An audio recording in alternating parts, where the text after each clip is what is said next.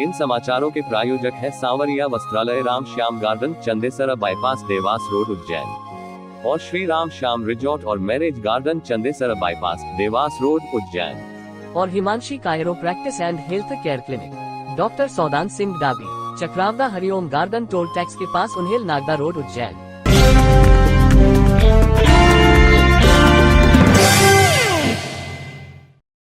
आप देख रहे हैं दिव्य उज्जैन न्यूज।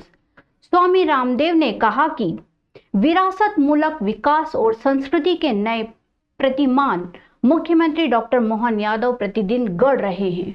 मध्य प्रदेश धर्म भूमि भी है। प्रदेश में कृषि से लेकर उद्योग तक हर क्षेत्र में विकास के नए आयाम स्थापित हो रहे हैं और अब तो मध्य प्रदेश धार्मिक, सांस्कृतिक और ऐतिहासिक स्तर पर भी उन्नति कर रहा है। आगामी सिंहासन महापर्व को लेकर भी यहाँ पर समस्त तरह की तैयारियां हो रही हैं। स्वामी रामदेव ने मुख्यमंत्री डॉक्टर मोहन यादव की प्रशंसा करते हुए कहा कि उनके विशेष प्रयासों और पुरुषार्थ से उज्जैन में आगामी महाकुंभ पर्व का आयोजन किया जा रहा है। भगवान महाकालेश्वर, देवादिदेव महादेव और उनके अनुग्रह को प्राप्त कर संपूर्ण विश्व में उज्जैन नगरी सांस्कृतिक राजधानी के रूप में विकसित हो रही है। यहाँ आयोजित होने वाला कुंभ एक दिव्य स्वरूप में आयोजित हो ताकि सनातन धर्म का गौरव एक नए रूप में पूरे विश्व के समक्ष देखने को मिले। मुख्यमंत्री डॉक्टर मोहन यादव वीरता और विनय की प्रतिमूर्ति बनकर करोड़ों लोगों की सेवा का कार्य कर रहे हैं। स्वामी रामदेव ने बताया कि डॉक्टर मोहन यादव को जब उनके आगमन की जानकारी मिली तो उन्होंने स्वयं संपर्क कर मिलने की इच्छा जताई, जो उनकी भक्तिपूर्ण एवं सादगीपूर्ण कार्यशैली को दर्शाता है। अंत में उन्होंने मुख्यमंत्री को उज्जैन के निरंतर विकास और कुंभ आयोजन की सफलता के लिए शुभकामनाएं दी।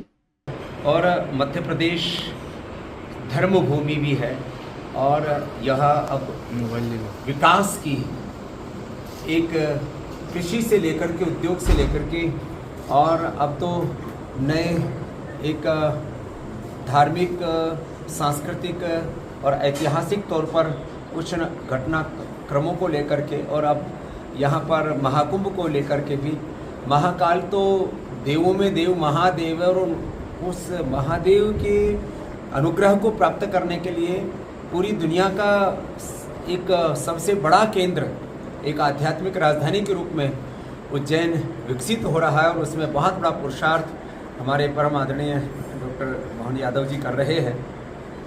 और यह भी एक नई सोच है कि जब कुंभ अब आयोजित होने वाला है 2028 में, वह भी इतना यशस्वी हो कि सनातन का गौरव एक नए स्वरूप में पूरे देश और दुनिया को देखने को मिले। तो सभी दिशाओं से अहर्निश पुरुषार्थ करके पूर्ण सात्विकता और निराभिमानिता के साथ, जैसे हमारे शास्त्र में कहा कि शासक को पूरा वीरता और विनय का उसमें संगम होना चाहिए, तो ऐसे वीरता और विनय की प्रतिमूर्ति होकर के करोड़ों लोगों की अपेक्षाओं के अनुरूप आप यशस्वी कार्य कर रहे हैं। उनको शुभकामनाएं हमारी।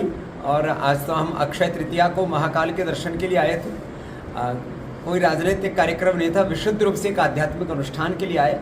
और उसी संदर्भ में जब आपको पता लगा, मैंने तो इनको भी नहीं बताया था कि मैं आ रहा हूँ यहाँ, तो इनको जब ये पता लगा कि स्वामी जी यहाँ पर हैं तो इन्होंने अनायास मेरे को रात को फ़ोन किया कि मैं सुबह आपसे आशीर्वाद का आकांक्षी हूँ। तो मैंने कहा ज़रूर आपसे मिल के जाए।